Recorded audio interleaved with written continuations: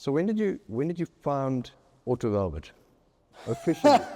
Just officially, like, was it actually 2004 or did it evolve? Where do you feel like it really hit the ground running? 2004, I started washing my dad's car a lot and working on the car. And I'm trying to just find my bearings on when more or less the detailing started. But I think I went into the deep dive when in 2007, Okay. I bought the WRX STI Hawkeye, a black one. Cheapest. From brand new out the box from Stian in Somerset West. Yeah. And I had a bottle of JC LaRue on there. And I fetched the car with a very good friend of mine, Jared. And I had such an engineering brain that I was so adamant on running the car in absolutely perfectly. I didn't want to go over 4,000 RPM, so I kept the car like below 3,000 RPM. And the thing with the Subaru is the boost of the turbo came in at 4,000 RPM. Yeah. So while I was driving home, it was like coming into boost, and then I was tapping off and coming into boost. So I didn't want to cross that threshold of like 4,000 RPM braking. I didn't want to take it above 4,000 RPM because I was like, God, I'm this car I'm going to have for my whole life. And I'm going to put the oil in this thing and it's going to be the best. And How old were you? I don't know. I can't remember. 21, 22? 24? Cheapest, that's a lot of power for I was 24-year-old. 24, yeah. 23, 24. Dream car. Yeah. And then a year had gone by and I'd been absolutely loving that car, and all of my mates were going out drinking and I was spending all my money on fuel because I had a limited amount of like cash reserve for fuel because I was food, fuel. So my mates were drinking, going out, and I was driving we would go to Cabana in Bloberg, and then after one little drink there, we would drive all the way to Claremont and have a little drink there, and we'd drive all the way to Durbanville. So we were basically just driving around looking for dices the whole night, all the time. Really? But the detailing started properly in 2008. After owning the car for a year, I went to my friend's house, Jared. I parked the car out in the driveway, and we were playing Need for Speed. And when we came out, because we were getting ready to go to this one club in Claremont, actually Cabana in Claremont. And when I came out and I walked towards my car to open up the passenger door for Jared to get in, because I always used to open up the door because I didn't want anyone to open up and scratch. And then I would always tell Jared or whoever got in to clean their mat, to make sure their mat was clean before they got into the car. So they nicknamed me No Dirty Shoes. So then I walked to the car, and as I looked down to take the door handle, I saw powder, white powder. And I looked, and the whole car had been keyed from the front right fender all the way through to the back rear fender into the metal of the car. I looked to the right, and I saw a grass patch, and I vomited into the grass patch. I got sick. His mother was Portuguese. She made us the awesome food always. Like every night. She was just the best. She made the best food. So I got sick because it was a shock to my whole system, because this car I tried to make absolute perfect. Everything was dust free. So that was my first shock into nasty people, how people can be really nasty.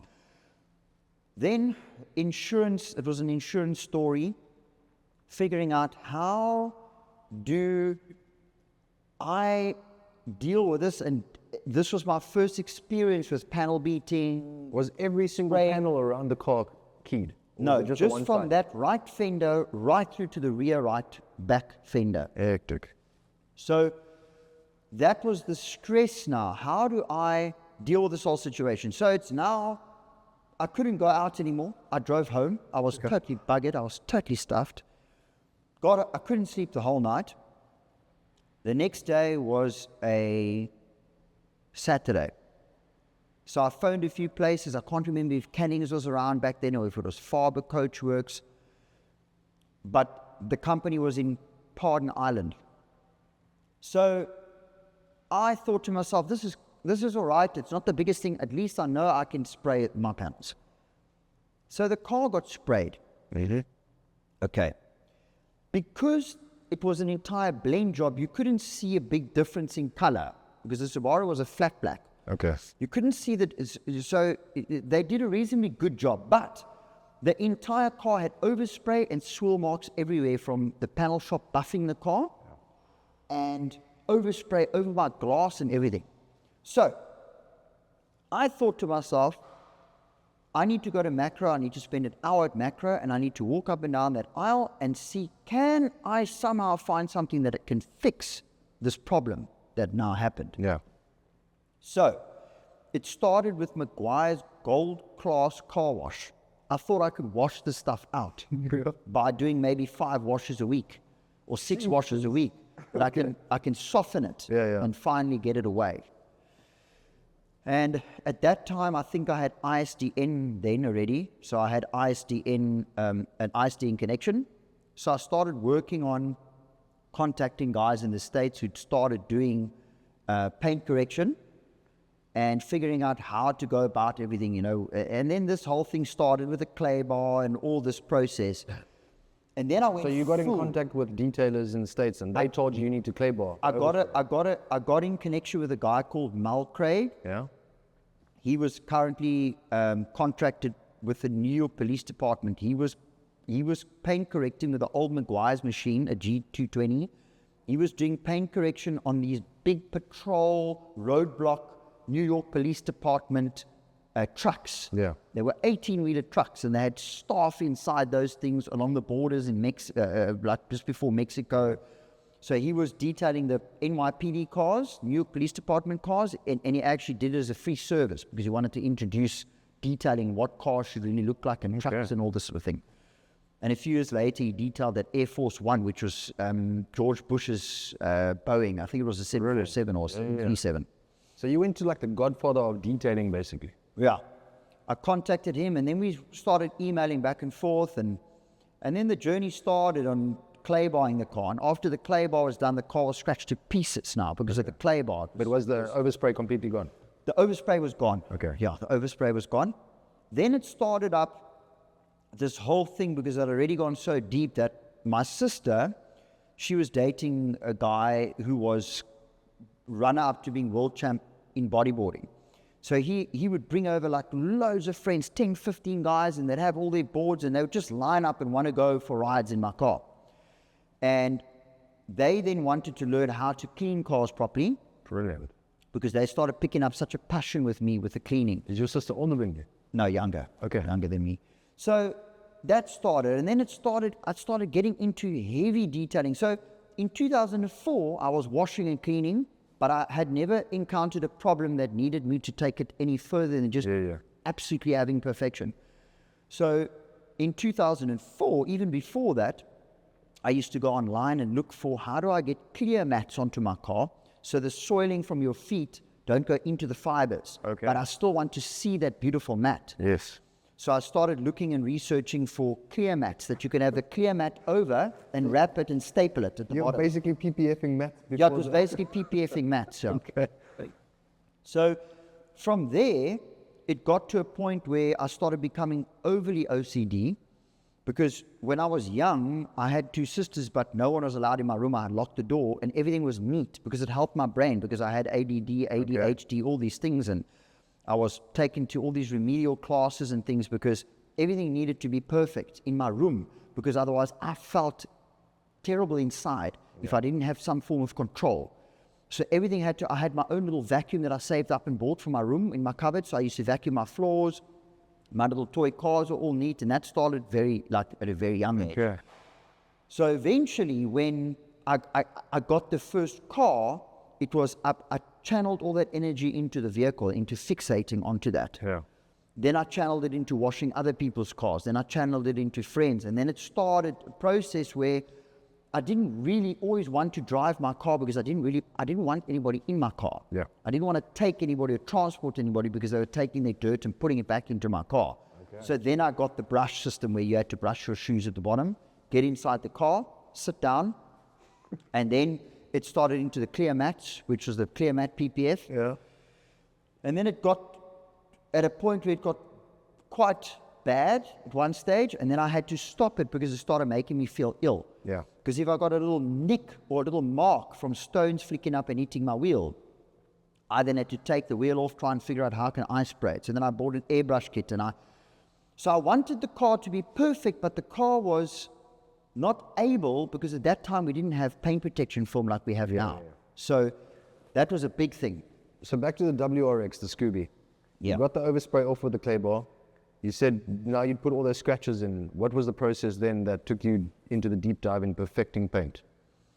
The process then was that after I'd finished that, I went on a hunt to go and find out on machinery, what was my next machine and how am I going to do it. So you knew you needed machinery. You couldn't hand polish it away. I knew I needed machinery, and I knew I needed a high quality machine. So that went on the quest for the Makita 6227C, I think, which was a rotary machine. Okay. It was very heavy. And then I started in that process. And then it was contacting Maguire South Africa, who had a rep here.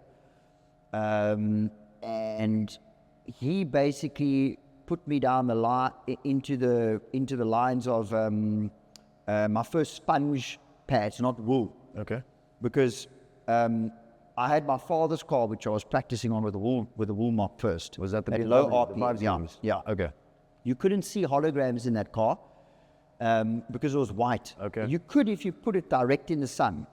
So I was looking for the sponge pad method, and then it started going down a long journey. And then I started building a trailer that I could put all the equipment in, and I could go to people's homes, and it was very hard because I was only making like 600 Rand, and I was working for 2 days on a car. So it's kind of like, it's very hard for me to go into all the things. There's so much that I went through in the process. I'm almost finding myself getting blasted just thinking about all that. Before you It's even like got the heavy. trailer and all that stuff, you obviously knew now you were onto something. So you used the sponge pad with the Makita rotary, and you absolutely perfected the Scooby. Yeah. So what happened was this, like, to go very deep into this whole thing, we were in the transition of losing our business as a family, and we had a nice 7-Eleven store in Tableview, and it had a beautiful open parking lot, so we would have cars come park there, and I always had the Subaru parked there, and I was working for my dad at the time, and I was doing like the night shift, so from 5 to 11, and then 11 I'd go out. And then what happened is this guy started enjoying the car because it would look like a proper mirror. I even had all like the hair salon girls back then, and they were like checking out my car and always coming to ask me questions about how do I get my car to shine like this. And the car had holograms on it. Okay. But they weren't bad because I cleaned up after the rotary with the wool mop. So we had holograms, but they weren't severe, and the car was also flat back, so it projected a lot more in terms of holograms. And then then it became like I started realizing that I could take all my energy from my mind, where I was kind of had this ADD and everything, and I could fixate it onto holding a machine and fixing something with it. Yeah. So it then started the journey of like going to friends' houses, spending the whole Saturday from early in the morning, having lunch, something to eat till late at night, just washing and cleaning and polishing just panels, little panels here and there that were damaged. Till eventually it started a thing where on a Saturday I would find myself overly excited, so I would try and find the next guy that I can go and visit, and then we can do it together. Yeah. And I would always try and amp him up to get him to my level, but it would never happen. I'd get excited to a certain level, but then he would just carry on with his life and do whatever he needed to do. But I just carried on being fixated on this thing, trying to get the cars perfect. Brilliant. So that started a whole journey, and then it kind of like it hit a plateau, and then it kind of faded away, and then we bought another store with a family, and the bank actually came and repossessed that Subaru because I couldn't afford it anymore because we were losing everything. Yeah. Like we had to sell our house and everything, and you know, by God's grace, he took us through a whole season of just where I lost everything. I had to get rid of my machine, sell everything, And all I had was the Bible. So then I had to go and read and figure everything out and drop my sisters off at school. And then we were transitioning into a new shop. And then when we got the new shop in Camps Bay, I contacted Maguire's and I said, can we put a stand inside my shop in Camps Bay? I want to start representing and selling Maguire's products to people in Camps Bay. Like just even to the garden boys, whoever, but just start training them up. And things got hectic and funny at the shop. My dad had a partner involved and he was very jealous of me. He didn't like the way I could sell things so amazingly to people. So he started saying that he doesn't really want me at the shop anymore. And so I had to find another avenue. Okay. And that's when I had no car, nothing. So that's when I started walking around on the street. And I started looking for a car wash that I can go wash cars. Brilliant. So I was 27 at the time, and I never thought of it as, I never had pride. I was never someone, well, everyone's got a degree of pride, but I never had pride. I was never like the main oak. I always try to build other people up. So I never felt like I was degrading myself by going and looking for a job at a car wash to wash cars. Yeah. And I found a car wash in Sea Point. They just started, they just opened up, and they were called Plush Car Wash. They saw me. They said, hold on, I don't want you washing cars. I've seen the way you handle yourself around a car. We would love you to be a manager at the business. And they said to me, we're going to pay you 8,000 in a month. You're going to start as a manager. And I was absolutely living the dream. Like it was on another level for me because I was going to fetch Aston Martins, I was going to fetch Range Rovers, I was going to fetch Bentley Continental GTs. And they had contracts with all the top. So Aston Martin, Waterfront, Bentley, Lotus, who had a beautiful showroom floor in town. And all I was doing was collecting cars and pre-checking them afterwards, which they couldn't even believe because they would just get the car wash and then would go. Yeah. So I would then pre-check the car. Okay. And then the staff started not really enjoying me anymore because I was too intense for them. Yeah. The staff, they had their nice life that they were doing and just washing and letting cars go out to streak marks and all kinds of things. Then I contacted a company in America and we got those blow jets, those big twin engine blowers, so we could blow all the water out so when the car hits the road, you don't get street marks, on the car from the water running. And then it started down that whole long journey. And then from there, I went to a panel beating company, which I worked there for 3 years. And I don't know if it was a clinical breakdown or what it was, but I woke up on the floor after maybe an hour and the whole floor was wet. And I'd been just crying, broken down because I would work till 1 or 2 in the morning trying to fix cars and that weren't fixed properly. And so I took it too personally. Yeah. So I became the manager, I became the staff, I became everything. Okay. So then I was spraying wheels and then I learned how to spray paint and I bought all my special spray painting done. So then I started studying paint science and then they bought me a R500,000 paint booth, massive paint booth. Then I had to learn how to mix colors, 14 mils of this, 22 mils of that gives you this color. Then I had a computer and I had a sun gun and then I would measure the paint with the light and with my swatches and start mixing paint. Okay. Then it started getting intense when Ferrari started coming in, Bentley started coming in, and I had to color match this. And then it got to a full point where I had a total breakdown. My dad said to me, you're not going back anymore, forget it. You're going to take 6 months off and just relax. I will support you, I'll help you. You can come to the shop, work at the shop. So my parents were always a support for me to go back onto. Fell back into that support system. Worked for 6 months at the shop and started designing a trailer inside of my mind. I'd write it down, how I want the trailer, blah, blah, blah, blah. So then it was a long journey down that road. Your whole life basically built you up. All your experiences, the panel shop, the car wash, the OCD, built you up for this moment. Yeah. And this is like how Auto Velvet got launched out into the Pod Deep. Okay. Yeah. So then on the next podcast, I'm very curious to hear about the absolute first car that you meticulously detailed from beginning to end and put out as your first car from Auto Velvet.